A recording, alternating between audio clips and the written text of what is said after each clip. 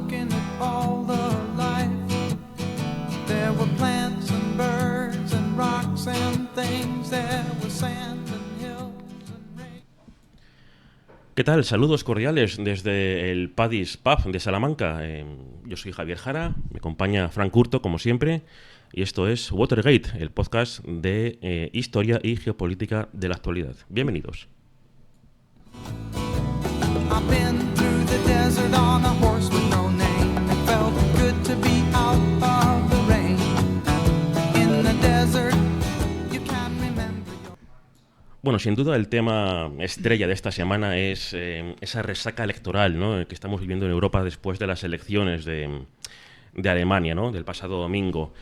Conocemos ya los resultados, sabemos que ha vencido, al menos en número de votos o de escaños, la CDU, el partido de la que fuera cancilleresa Angela Merkel, pero sin duda la gran noticia o la gran polémica de este proceso electoral ha sido el empuje, los fabulosos resultados de la formación de extrema derecha AfD, Alternativa para Alemania o Alternative für Deutschland. Mi alemán está un poco oxidado, pero ahí queda. Bueno, ¿cómo ves, Fran, estos resultados? ¿Crees que van a tener algún tipo de reflejo en el panorama geopolítico europeo? ¿Ves que esto pueda también darse en otros países como puede ser España o Portugal? ¿O es simplemente una mera anécdota en el plano europeo? Bueno, Javi, esto sí, las elecciones que han venido en Alemania, simplemente lo que han hecho es constatar lo que se venía diciendo últimamente, ¿no?, de cuáles eran los posibles resultados. Evidentemente ahora lo que se han puesto de manifiesto es, digamos, la victoria electoral, lo que has dicho tú, por votos del partido democristiano. Pero es verdad que realmente lo que más nos llama la atención y lo que todo el mundo esperaba era la gran cantidad de votos y el gran apoyo que haya tenido el partido AfD, ¿no?, de Alemania en estas elecciones. Sí que es verdad que, bueno, ahora lo podemos ir hablando poquito a poco, ¿no?, y analizando, pero sí que es verdad que es una tendencia, ¿no?, que se está generalizando no solamente por toda Europa, sino también a nivel mundial. Y que en Alemania, además, especialmente particularmente es muy llamativo, pues por la historia, ¿no?, por la historia de este país. Es curioso. Su relación con esa extrema derecha que acabas de decir tú.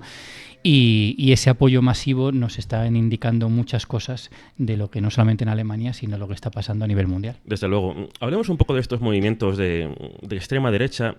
Yo soy un poco reacio a denominarlos con este término, porque al fin y al cabo creo que convendría diferenciar entre lo que es la extrema derecha de estos nuevos movimientos que a mí me gusta más tildar como de derecha radical, ¿no? Que están surgiendo, como sabemos bien, por todo el mundo. Porque al fin y al cabo, extrema derecha es un partido o un movimiento que es puramente antidemocrático, ¿no? Dentro de estos movimientos podríamos citar pues esos partidos vetustos, ¿no?, ya pasados de moda, como podría ser, pues por ejemplo, la Falange en España, o este partido griego Amanecer Dorado, ¿no?, que también es de tendencia totalmente antidemocrática. Pero sin embargo, frente a estos partidos, estas asociaciones, estos nuevos partidos de derecha radical o de ultraderecha, si queremos llamarlos así, sí que son democráticos, pero creen en otro tipo de democracia, ¿no?, una democracia en la que no todos los ciudadanos tienen los mismos derechos, que no deja de ser un concepto que encontramos ya en la filosofía del siglo V a.C. Aristóteles, por ejemplo, decía que había varios tipos de ciudadanos, los que podían acceder a las magistraturas, y luego estaban los ciudadanos que, sin dejar de serlo, no podían participar de esas magistraturas ni podían acceder a la asamblea. Pero este no es el caso. ¿Por qué? ¿Cuáles son los motivos por los que en tan corto espacio de tiempo, que podríamos decir una década y media, cómo es posible que este tipo de movimientos hayan experimentado semejante auge en todo el panorama occidental? ¿Por qué? O sea, ¿cuáles son las razones, ¿no? ¿Dónde podemos buscar? Bueno, es verdad que luego cada país tiene sus particularidades, ¿no? Pero es verdad que todos más o menos beben de unas mismas causas. Es decir, cuando surgen determinados movimientos o en este tipo de partidos, surgen en un contexto. Y en esos contextos se tienen que dar una serie de circunstancias para que realmente ellos tengan digamos, ese auge, ¿no? Como se suele llamar ahora, este auge de la ultraderecha, como se está llamando últimamente a todo esto, para que realmente ellos empiecen a tener una especie de apoyo masivo, ¿no? Por parte de las distintas sociedades de los distintos países en los que están. Quizá, por decirlo de alguna manera, estos partidos, tú decías muy bien, ¿no? Que han salido hace... Pues eso, han tenido su auge hace unos cuantos años, ¿no? Quiero decir, si nosotros quizá estos partidos de derecha, de ultraderecha, hace unos años, si a nosotros nos preguntaran hace 15 o 20 años realmente lo que ellos defienden o las ideas que defienden, y además de forma pública, nosotros prácticamente lo veríamos de una manera prácticamente casi imposible, ¿no? Claro. Era como un contexto, es decir, lo que ha pasado con este tipo de movimientos y estos partidos es que, por así decirlo, han perdido ese miedo, ese temor a poder expresar lo que sí que tenía mucha gente dentro, pero que no se atrevía a expresar en determinados momentos porque no era ni el momento ni el contexto y antes estaba mejor visto, y que ahora evidentemente ven que ese tipo de discurso, por las causas por las que está habiendo, cala mucho y además empieza a tener mucho apoyo social. Estoy muy de acuerdo especialmente con dos cosas que has dicho. La primera, que esas personas que antes profesaban esa ideología no lo manifestaban o se escondían, ¿no? Hace 15 años, como bien has dicho, no encontrábamos a gente defendiendo las cosas que están defendiendo estos partidos. Y también hay que buscar un poco las razones de por qué ahora se ven con la fuerza, con la potencia, o sea, con la capacidad, ¿no? de mostrarse al mundo. Y en segundo lugar, también estoy de acuerdo con otra cosa, y es que tienen que darse ciertas circunstancias, tanto en política externa como interna, Eso es. para que estos partidos y estos líderes, porque están conformados en torno a ciertos líderes, puedan alcanzar esta fama, ¿no? Eso es. Y precisamente una de estas circunstancias, ya no hablo de plano político o interior, es precisamente sus líderes. Todos estos líderes, pensemos por ejemplo en Donald Trump en Estados Unidos, en Javier Milei en Argentina. Estos personajes tienen un gran carisma. Por ejemplo, uno ve la forma de vestirse o de peinarse que tiene, por ejemplo, Donald Trump, que sabe que es ridiculizado por sus contrarios, por su tupé, por su bronceado anaranjado, o Javier Milei, que tiene un pelo pues peculiar, cuanto menos, ¿no? Pero parece que les da igual.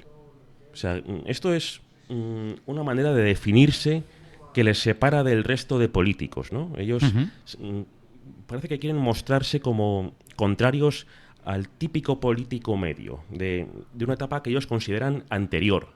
Ellos son renovadores de la política y a lo mejor con esta imagen que ofrecen se muestran más próximos a su electorado.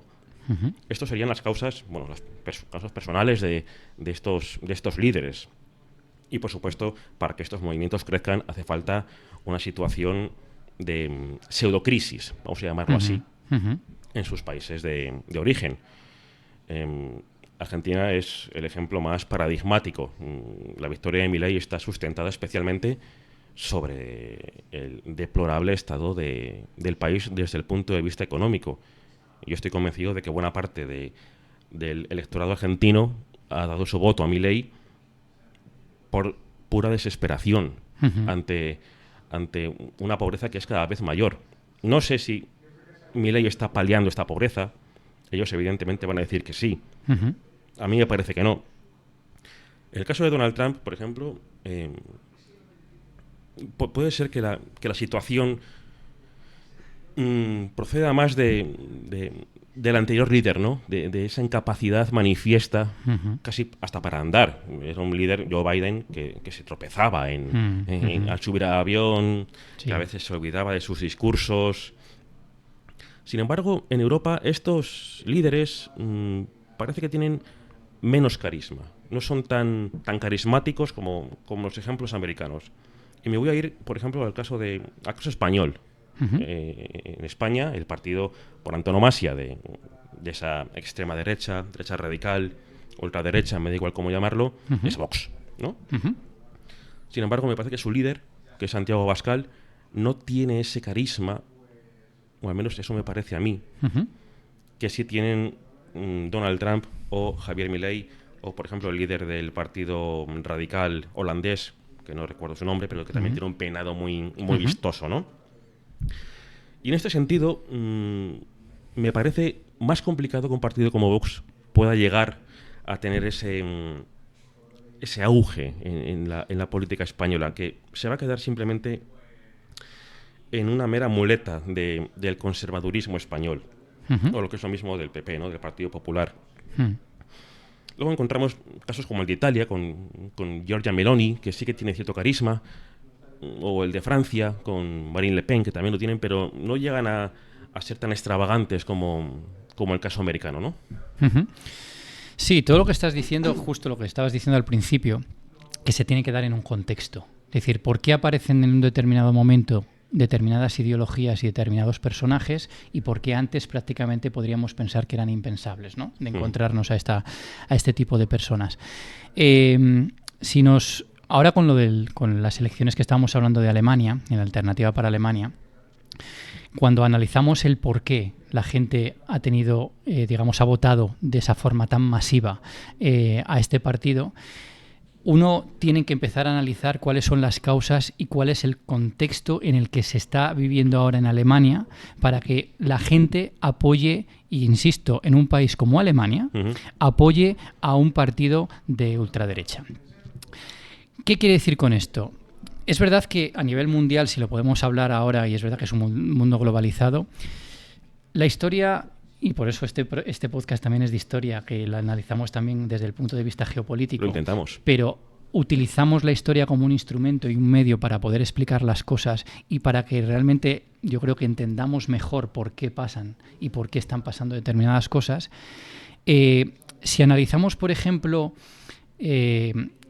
los años 20 y 30 del siglo pasado, sí, cuando todos sabemos lo que pasó, es decir, el auge otra vez de esas ideologías como puede ser el nazismo con Hitler, ¿no? Sí. O el fascismo con Mussolini, todos, sí, es verdad que no se repiten de la misma manera, pero sí hay patrones comunes que nos indican el por qué ha podido resurgir de este modo. Decía Mark Twain, y perdona que te corte, que la historia no se repite, pero rima, ¿no? Exacto. Es verdad que creo que era Lenin el que decía, ¿no? que la historia es como una especie gira, pero como un tornillo. Es decir, cuando tú ves girando un tornillo, está girando, pero no gira de la misma manera, no es de una forma uniforme, pero gira. Entonces, ¿qué es lo que quiero decir con esto? ¿Qué es lo que ha provocado este auge de las ultraderechas o de los partidos políticos tanto en Europa como en el resto de países? Hay un contexto, por ejemplo, de desafección, de descontento total con los partidos políticos tradicionales. Vale. Si nosotros preguntamos a la gente seguramente en la calle, ya no hablamos de los partidos de ultraderecha, sino en general, ¿qué opinión tenemos de nuestros políticos o qué opinión tenemos de nuestros partidos? Yo creo que la gran mayoría de la gente te diría que están muy desencantados. De hecho, yo creo que hay una frase que siempre se dice, ¿no? Que son dice, todos iguales. Exacto, son todos iguales, ¿no? Cuando no lo son, pero es verdad que tienes esa sensación. Entonces, estos partidos y estos líderes que tú muy bien analizabas antes, estos han sabido captar el mensaje que les manda la sociedad o de lo que demanda y realmente han cogido un mensaje como una especie como de antisistema. Es decir, los que nos tienen que defender, los que nos tienen que representar y los que tienen que trabajar para nosotros, no lo hacen. Por tanto, esta gente viene y me da lo que tú decías, ¿no? Con Argentina y Milei, como una opción. No sé si desesperada o no desesperada, pero sí que es verdad que por lo menos me da una opción que sé que los partidos que tengo yo, es decir, estos que se denominan más de centro, no me están dando. Entonces, en Alternativa para Alemania, si hablamos del contexto, ¿cuándo surge? Es decir, ¿por qué ha tenido tantos votos estas últimas elecciones? Por un contexto de una crisis. Es un país que está en una recesión económica muy importante. Y la gente lo que ha visto, y es aquí a donde quiero ir, lo que ha visto es que, digamos, el estado de bienestar en el que estaban antes, o en el que estábamos viviendo, ya no existe. Y ya no existe en muchos de los factores, ha sido por culpa, por así decirlo, de esos partidos con los que no se sienten identificados. Claro. Entonces, esta gente lo que vota, ha votado por una opción en el sentido de que, cuando el otro día decían, ¿no? Es decir, ¿quiénes son los que han tenido mayor apoyo? O decir, ¿quiénes son los que han apoyado más Alternativa por Alemania, por ejemplo? Pues son gente que realmente está preocupada por su trabajo. Alemania lleva unos años con un problema tremendo, ¿no? En lo que es cuestión de su industria, la industria automotriz, lo que es la industria del acero, en la que siempre eran potencias mundiales y que se ha visto, digamos, relegada a un segundo plano. Digamos, no ha tenido, o están criticándole desde una manera que no han tenido como una especie de actualización, o que no se han puesto las pilas, por así decirlo, en lo que es la tecnología. Entonces, cuando esta gente, esos trabajos, esa calidad de vida se ve amenazada, la gente tiene miedo. Desde luego, el caso alemán, hablo del Partido Nacional Socialista, es verdad que surgió en los primeros años de la década de los 20, de 1920, eso es. Pero desde luego fue catalizado y empujado por la recesión económica que derivó del crack del 29, ¿no? Eso es. Hitler llegó al poder, si no recuerdo mal, en el 33, creo que fue. En el 33. O sea, hablamos ya de un contexto de pobreza absoluta en Alemania. El marco estaba... Claro. La hiperinflación de Alemania era galopante. Los niños jugaban a las canicas con marcos. Utilizaban los billetes de los sueldos, de los trabajos, para encender las hogueras, porque la madera era más cara que los propios billetes. Eso es. Y desde luego, en el caso actual, en el siglo XXI, parece ser que existe un contexto parecido, entonces, ¿no?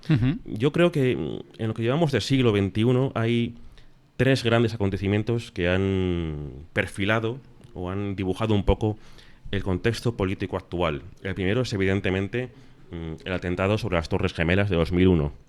Creo que eso ha determinado lo que ha ocurrido después. En segundo lugar, tenemos que hablar, evidentemente, de la crisis económica de 2008, que ha sido solucionada de manera muy precaria. Creo que, de hecho, no está solucionada de una manera justa para todos los trabajadores europeos y no europeos. Y, en último lugar, la pandemia de COVID, que se inició en 2019 y que nos ha dejado, dicho de manera sencilla, nos ha dejado tocados desde un punto de vista psicológico. Creo que este es uno de esos tres son factores que pueden ayudar a explicar por qué surgen, no solo surgen, sino que se establecen y se fortalecen estos movimientos. Y en el caso alemán actual, en estas elecciones, me gustaría incidir sobre un aspecto muy curioso, y es que AfD, el partido de derecha radical, ha tenido un triunfo enorme en aquellos territorios que anteriormente estaban gobernados por la República Democrática Alemana, por la Alemania socialista, ¿no? Eso es la parte uno ve un mapa de colores de qué partidos han vencido en cada lugar, y lo que era la Alemania del Este está completamente azul. Azul es el color de AfD, de este partido. Sin embargo, Berlín, a pesar de estar en Alemania del Este, en Berlín han ganado precisamente el partido contrario, el que podríamos llamar de extrema izquierda o de izquierda, como quieras llamarlo, Die Linke. ¿Por qué? ¿Qué factores han influido en esto? Porque en el resto de Alemania la victoria del CDU ha sido clarísima. Sin embargo, en lo que era la Alemania del Este, el mapa es de color azul. Ha sido para AfD. ¿Qué factores hay? ¿Puede haber influido esa herencia de que ese territorio estuvo bajo el paraguas socialista de la Unión Soviética? ¿O hay más cosas donde rascar? Porque mucha gente dice, no, claro, como han estado bajo el gobierno soviético y han conocido el socialismo o el comunismo, estaban tan hartos que ahora han decidido votar lo contrario. Vamos a ver, el muro cayó hace casi 40 años, ahora 35 años, bueno, 34 años que cayó el muro. Yo creo que la gente ya se ha recuperado de ese trauma que era el estar dirigidos por una autocracia, en este caso socialista, y ya no tiene por qué votar lo contrario, ¿no? ¿No crees que hay otros motivos que puedan explicar por qué este territorio ha votado en masa? Porque desde mi punto de vista hay dos razones claras.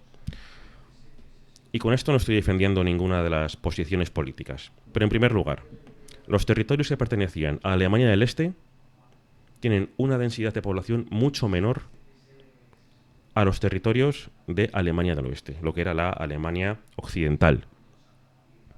Por otra parte, a mí me parece que si estos países han votado un partido que podemos tildar como antisistema, ha sido precisamente porque el sistema en el que se han visto inmersos después de la caída del muro no ha cumplido sus promesas. No les ha proporcionado el nivel de vida que ellos esperaban, ese estado del bienestar. Puede que sea un sitio menos industrializado. Tú has hablado antes de eso, Exacto. de esa lacra que sufría Alemania, de esa desindustrialización. Eso ocurre en el caso de Alemania del Este. Y eso conjugado con esa baja densidad de población, es cierto que la inmigración es mucho menor en Alemania del Este, que son, muy entrecomillado, alemanes puros. No me gusta decirlo, por eso lo entrecomillo. Pero creo que estos dos factores han sido claves en la victoria de AfD en esos territorios, que es como una cuarta parte de Alemania, salvo en Berlín, donde la densidad de población es evidentemente mucho mayor. Y la inmigración, bueno, solo hay que ir por Berlín un fin de semana para ver que, bueno, es una ciudad multicultural. Sí. Esos son, desde mi punto de vista, los dos factores. Esto unido a lo que he dicho antes, a la crisis económica de 2008, que aún da sus coletazos, a la pandemia de COVID, que ha transformado las formas de percibir la política. Y, por supuesto, a ese mundo geopolítico, a ese plano internacional que ha dibujado especialmente Estados Unidos después de la caída de las Torres Gemelas, después de ese atentado terrorista. Sí, es el apoyo, o sea, bueno, de los motivos por los que decían fundamentalmente que habían apoyado masivamente, ¿no?, en la parte del este a Alternativa para Alemania. Pensemos que hay algunas zonas en el este de Alemania que 1 de cada 2 votantes ha votado a Alternativa para Alemania.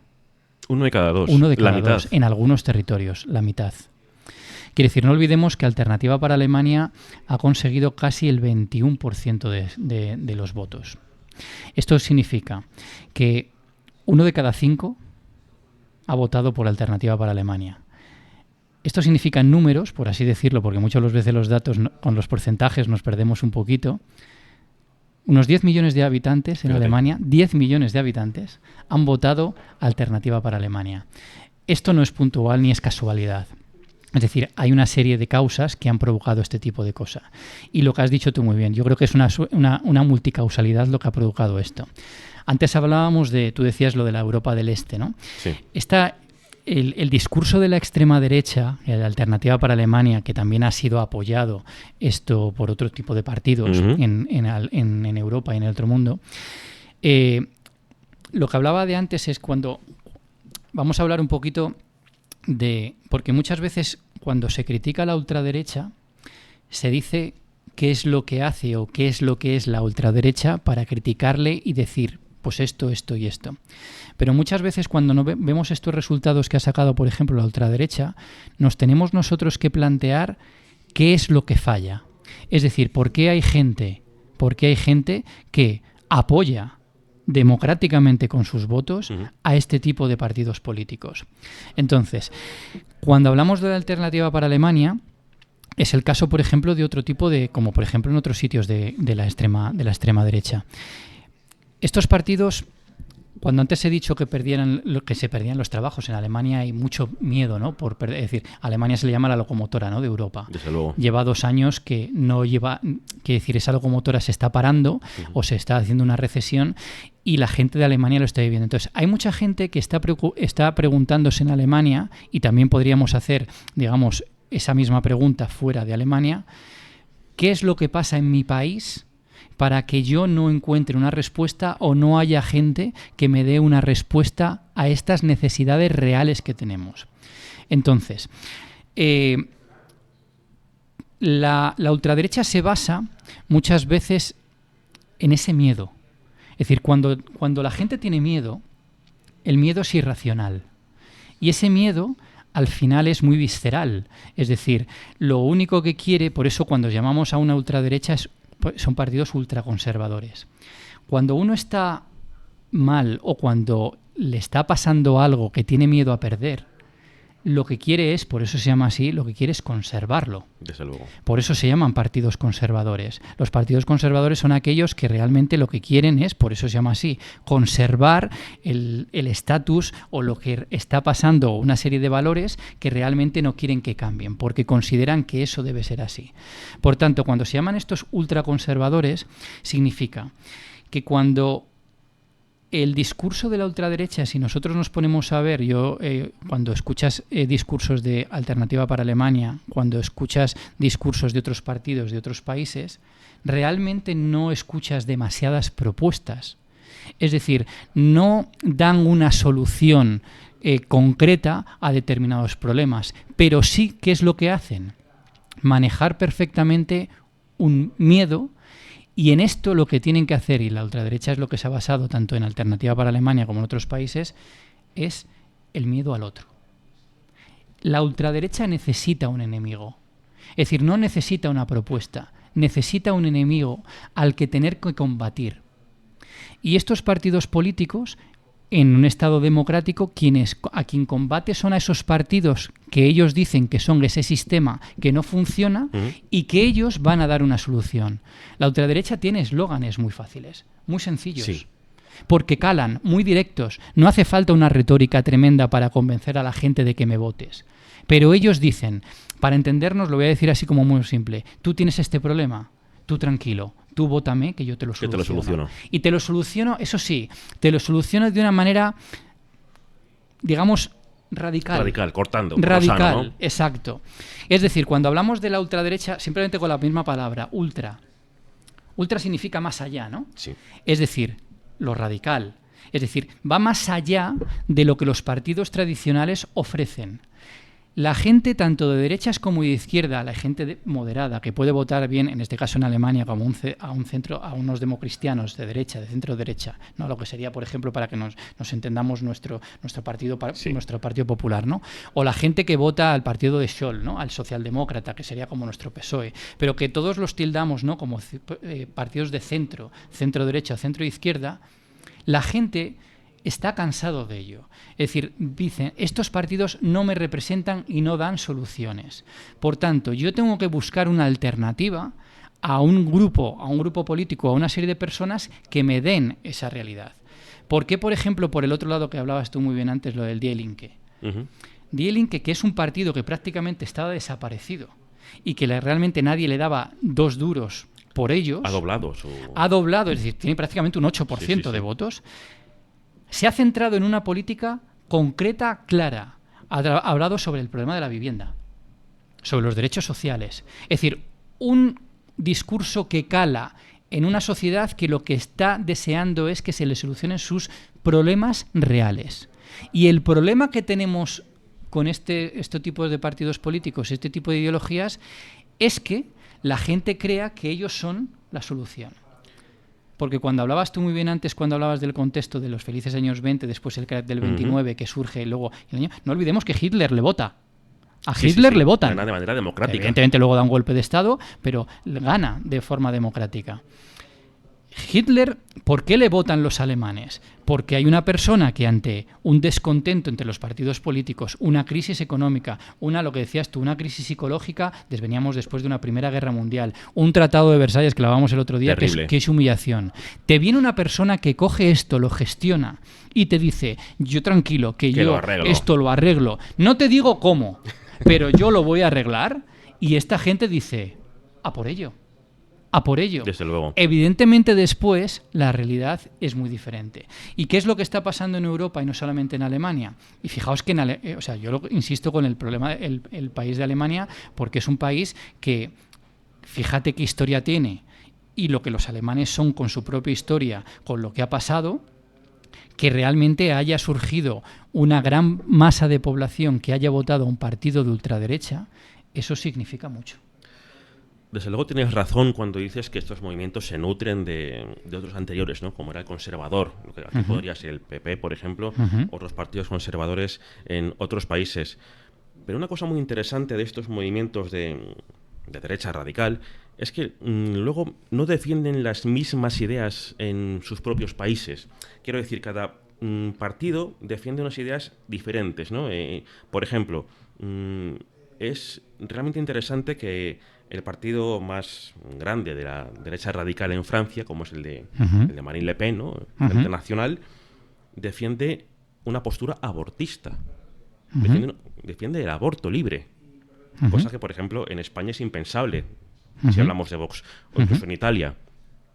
Por otra parte, el partido de Meloni defiende la descentralización de sus territorios. Sabemos que está otorgando más autonomías a los territorios del norte de Italia, que son, por otra parte, los territorios más ricos, ¿no? Que tienen más poder económico respecto al sur, ¿no? Hay una gran brecha económica en Italia que se podría poner la frontera en lo que es Roma, ¿no? De Roma para arriba son los territorios más ricos, como Venecia, Lombardía, etcétera, y luego de Roma para abajo, que perteneció hasta hace 3 siglos a la corona española, son territorios, realmente pobres en comparación con el norte. Hay una clara Pues Meloni está proporcionando más autonomía a esas regiones del norte.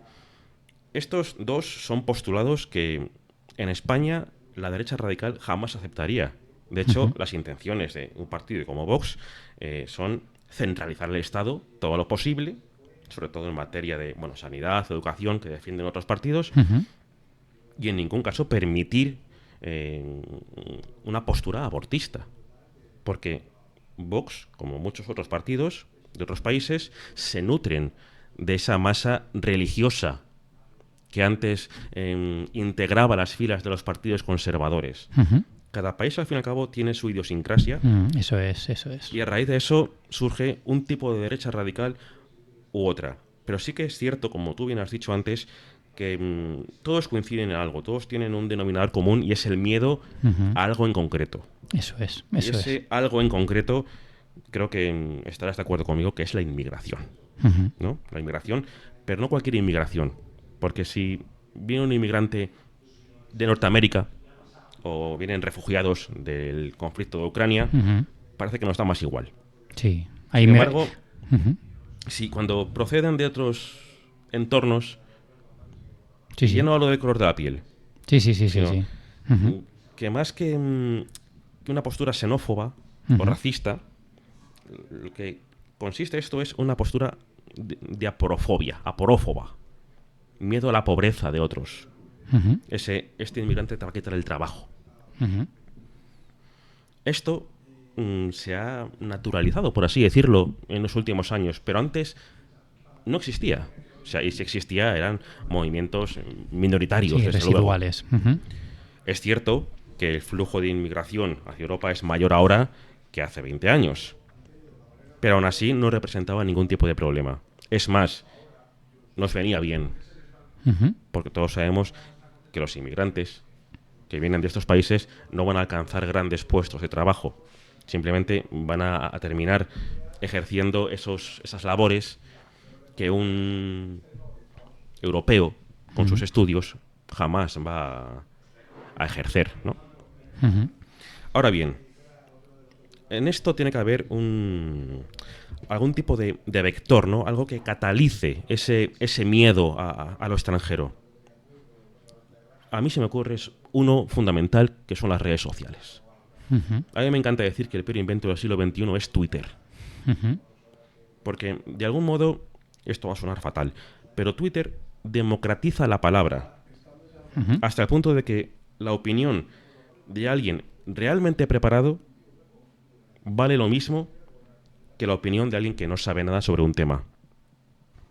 Y las opiniones, desde mi punto de vista, no son todas igual de válidas. Lo que es igual de válido es el derecho a expresarlas. Por tanto, a mí me parece que estos partidos, estos movimientos de extrema derecha, de derecha radical, han encontrado en las redes sociales su campo, ¿no? Su manera de moverse, su filón, especialmente entre los chavales, entre la gente más joven, que absorben como esponjas los postulados de estos movimientos precisamente por lo que tú has dicho antes, porque son extremadamente simples. Eso es. Y cualquier tipo de política, sea migratoria, económica, social, necesita de un análisis profundo, en cualquier caso, que no se consigue en las redes sociales.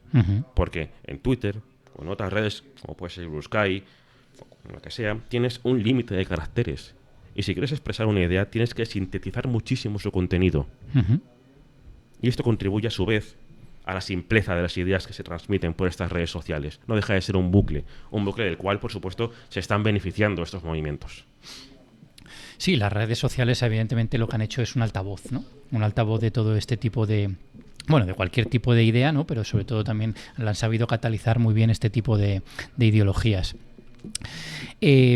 Cuando analizamos el auge de esta ultraderecha y lo vemos, vuelvo a insistir en esto, es decir, en esa búsqueda de un enemigo, porque al final necesitan un enemigo. Es decir, si a la ultraderecha, a los grupos radicales, les quitas un enemigo con el que, entiéndeme bien la palabra que quiero decir, al que tienes que combatir, y por tanto yo soy el que le combato, lo voy a ganar, y por tanto voy a darte una solución, este tipo de ideologías muchas veces carecerían de sentido, porque no hay ningún tipo de propuesta. Pero es que además, cuando no es la inmigración, se inventan otro enemigo, porque una de las características de estos movimientos es el etiquetar al enemigo de manera que lo ridiculice. Y así asistimos a la invención y proliferación de términos como, por ejemplo, charo, una charo.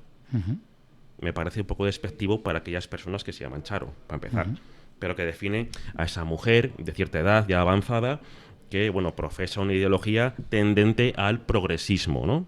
Se la suele dibujar en los memes con el pelo corto, con gafas y con el pelo de color, si puede ser morado, mejor. Eso, por ejemplo. O luego, lo woke. A mí me encanta, este término me encanta. Woke, antes no existía. ¿Qué es woke? Porque yo no sé muy bien lo que es. Creo que es esa tendencia a pasarse en la tolerancia, ¿no? A tolerar demasiado. O sea, como no quiero decir que soy una mala persona, voy a llamar al resto woke, como que se están pasando de buenas. Parece que es eso lo que quiere esconder, ¿no? La verdadera personalidad de quien abusa de estos términos. Y luego términos que se han quedado en las mentes de esa generación Z y alfa, como por ejemplo basado. Si sueltas alguna cosa que ilustra tu ideología tendente hacia la derecha radical, se dice basado. O esos memes que son ranas, ¿no? que simbolizan a los votantes de estos partidos. Se está forjando toda una cultura que luego es digital, por otra parte, en torno a estos movimientos. Y eso puede jugar muy en su favor, porque es algo que los partidos tradicionales no han conseguido integrar.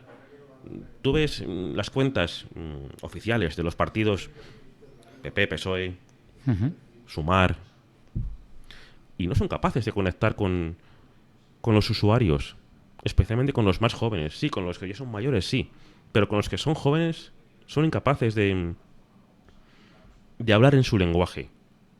Y esta fue una guerra que parece perdida. Este es el gran caballo de batalla de las derechas radicales. Y este es el peligro por el cual dentro de unos años podemos experimentar más auge de estos movimientos, ¿no? en un futuro. Porque desde luego está claro que ha habido un viraje ideológico entre la juventud europea. Antes el que era adolescente y postadolescente era siempre una persona muy de izquierdas, ¿no? Un punk, un antisistema. De 10-15 años para acá se han invertido se ha invertido el paradigma. Ahora es una persona de derechas. No solo de derechas, no es conservador.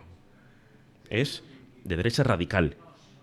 Que sí, que integra, por ejemplo, los postulados cristianos, sin saber muy bien lo que son. Porque el cristianismo puro es radicalmente opuesto, ya no solo a la derecha radical, sino al propio capitalismo, digámoslo así.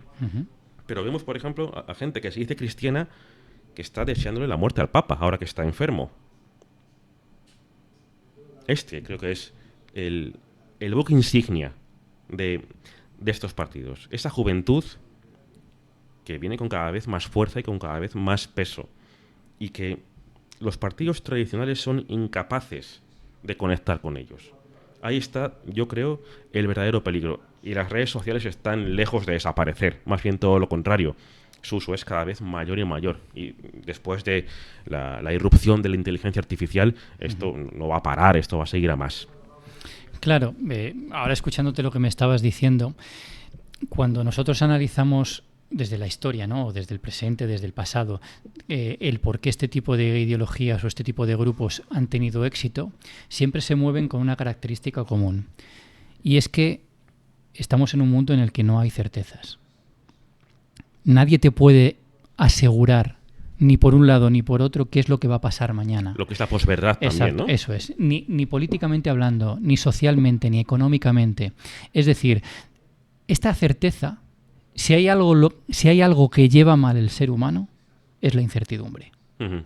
Y la incertidumbre lo que te provoca es temor. Y te provoca miedo. Y ese miedo, cuando uno tiene ese miedo y ese temor, lo que busca muchas veces es encerrarse. Ahora digo por qué estoy diciendo esto. Encerrarse en uno mismo y en buscar soluciones que a mí me valen y que los demás, en definitiva, me dan un poco más igual, pero yo quiero una solución para mí mismo. ¿Qué quiero decir con esto? En un mundo en el que estamos ahora, en el que, insisto, hay una incertidumbre tremenda, hay mucha gente que lo que pide es, cuando tienes incertidumbre o tienes inseguridad, lo que quieres es justo lo contrario. Quieres seguridad. Que te lo arreglen. Que te lo arreglen. Es decir, incluso filosóficamente hablando, es decir, la ultraderecha ahora, ¿en qué debate se está jugando? Pues en un debate en el que siempre el ser humano se ha debatido durante toda la historia y que hoy lo volvemos a ver, pero de otra manera. Es decir, cuando tú le puedes preguntar a una persona, ¿usted qué quiere? ¿Quieres orden o quieres libertad? El orden te da una seguridad. La libertad te da una serie de derechos, evidentemente. Pero si tú preguntaras ahora mismo a la sociedad, y ahora digo por qué, por lo que estabas hablando antes muy bien, sobre todo con los jóvenes, y le dice, ¿usted qué preferiría? ¿Tener un orden, es decir, tener una cierta seguridad en tu país, en lo que es Europa, en lo que fuera, en política, en economía, o prefiere una serie de libertades? Es decir, ¿estaría usted renunciando, cuidado, a una serie de libertades por obtener otro tipo de beneficios? Claro, son antónimos al final. Claro, porque al final, ¿cuándo va bien una sociedad?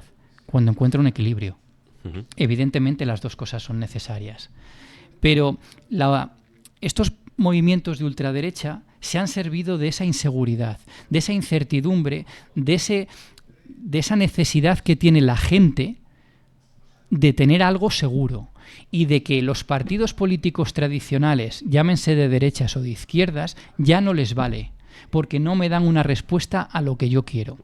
Y ahí es donde canalizan todo esto. Porque si nos damos cuenta, por ejemplo, imagínate, lo estamos hablando, ahora hemos hablado con Alternativa para Alemania, es decir, que realmente quienes les han votado son gente, pues eso, ¿no? Decíamos lo del este. La gente que votaba del este decían que los representantes, es decir, que la otra Alemania, por así decirlo, les tenía completamente olvidados. Sí. Claro, los sueldos cada vez son más bajos. Estos sueldos también han bajado en Alemania, y hablábamos antes de una globalización. ¿Por qué motivo? Porque también ha habido una guerra entre Rusia y Ucrania. Uh-huh. Alemania ha dependido mucho durante mucho tiempo de una bonanza económica por Rusia, por ese gas ruso. Cuando esta gente ve que ahora, evidentemente por esta guerra, nosotros nos vamos hacia una Unión Europea, es decir, estoy hablando de los alemanes, nos vamos hacia una Unión Europea que, yéndonos hacia la Unión Europea, estamos viviendo peor. ¿Por qué? Porque nos hemos ido y no tenemos negociaciones o no nos llevamos bien con la Rusia de Putin. Mucha esta gente que ha votado de Alternativa para Alemania lo que está pidiendo es esto. Es decir, que se vuelvan a retomar esas relaciones con Putin y con Rusia porque les beneficia. Cuando en Inglaterra hace unos años hubo lo del Brexit, hubo mucha gente, sobre todo gente más de clase media, media baja, que veía que la Unión Europea no le daba esas soluciones y que por tanto ven la solución en un discurso populista en el sentido de decir yo me quiero ir a Inglaterra porque la Unión Europea no me da esto. ¿Quiénes han votado mucho a Trump en Estados Unidos? Ese tipo de ciudades, ese tipo de sociedad que se han visto también amenazados por una economía que realmente han visto que ellos han perdido un poder adquisitivo, una serie de calidad o de calidad de vida que Trump promete volver. Y entonces, esta ultraderecha realmente es lo que canaliza. Y de hecho vamos viendo que lo que ha pasado en Alemania, como decíamos al principio de este podcast, se ha ido extendiendo. Es decir, ahora hay países en donde la extrema derecha está, digamos, cogobernando, ¿no? Es decir, tenemos a países, bueno, en Italia gobierna, ¿no? Con Meloni, como decías tú muy bien pero también tenemos Países Bajos, tenemos a Croacia, tenemos a Polonia, tenemos a Hungría. Quiere decir, hay determinados países que realmente se está viendo cómo se está extendiendo y que es una posibilidad. Y que es una posibilidad que además, porque no olvidemos esto, Alternativa para Alemania ahora se convierte en el principal grupo opositor. Es verdad que se le está haciendo un cordón sanitario.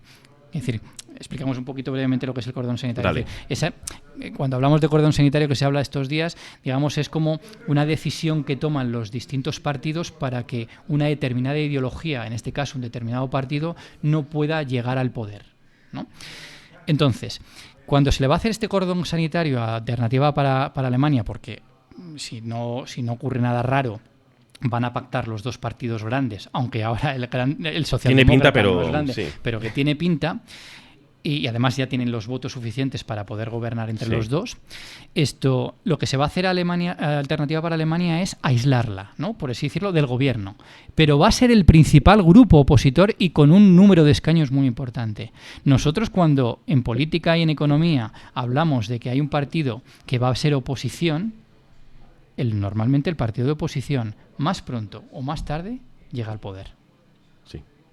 Eso es lo que entendemos como un grupo de oposición. Por tanto, el hecho del crecimiento de este auge y además de este auge de la ultraderecha también se ven añadido si encontramos también la ayuda mutua, por así decirlo, de los principales líderes y países para que en esos países gobiernen aquellos partidos o ideologías afines a los partidos que realmente hay en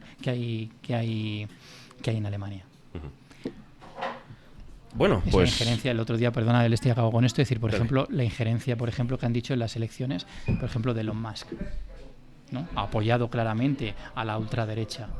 Pero Elon Musk realmente lo que han ido es el otro día, ¿verdad? Por ejemplo, Donald Trump haciendo el discurso, pues evidentemente elogiaba, ¿no? O hacía una alusión al líder político de Vox, ¿no? A Abascal. Quiere decir, es un tema, daría para muchos podcasts. Yo creo que te le voy a decir que esto da para más muchos podcasts. Pero bueno, para analizar un poquito el por qué, ¿no? Es decir, cuáles han sido las causas y cuál es el por qué estamos ahora en este momento políticamente con la ultraderecha, bueno, pues creo que lo podemos entender un poquito más desde esta perspectiva.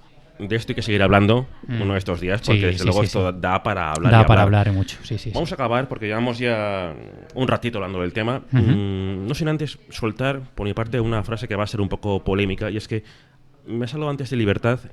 Yo considero que el mayor grado de libertad solo puede alcanzarse, o por lo menos eso se ha demostrado, en un contexto de capitalismo.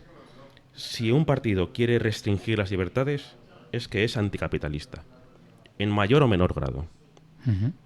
Esa es una de las cosas que quería decir. La segunda es que estarás de acuerdo conmigo en que estamos encantados del recibimiento que ha tenido este podcast en sus dos primeros episodios. No nos esperamos esto, así que mucho si más esto, de lo esperado, exacto. querido oyente, te gusta, te invitamos a que le des like y te suscribas para poder continuar escuchándonos y recibiendo nuestras noticias. Sin nada más que decir, yo creo, por mi parte. A mí tampoco. Luego nos podemos despedir. Fran, exacto. Muchas gracias ha sido una vez un placer. más. Igualmente. Nos vemos la semana que viene. Exacto. Pues lo dicho, hasta la próxima. Ha sido un placer. Muchísimas gracias. Un abrazo. Hasta luego. Que vaya bien.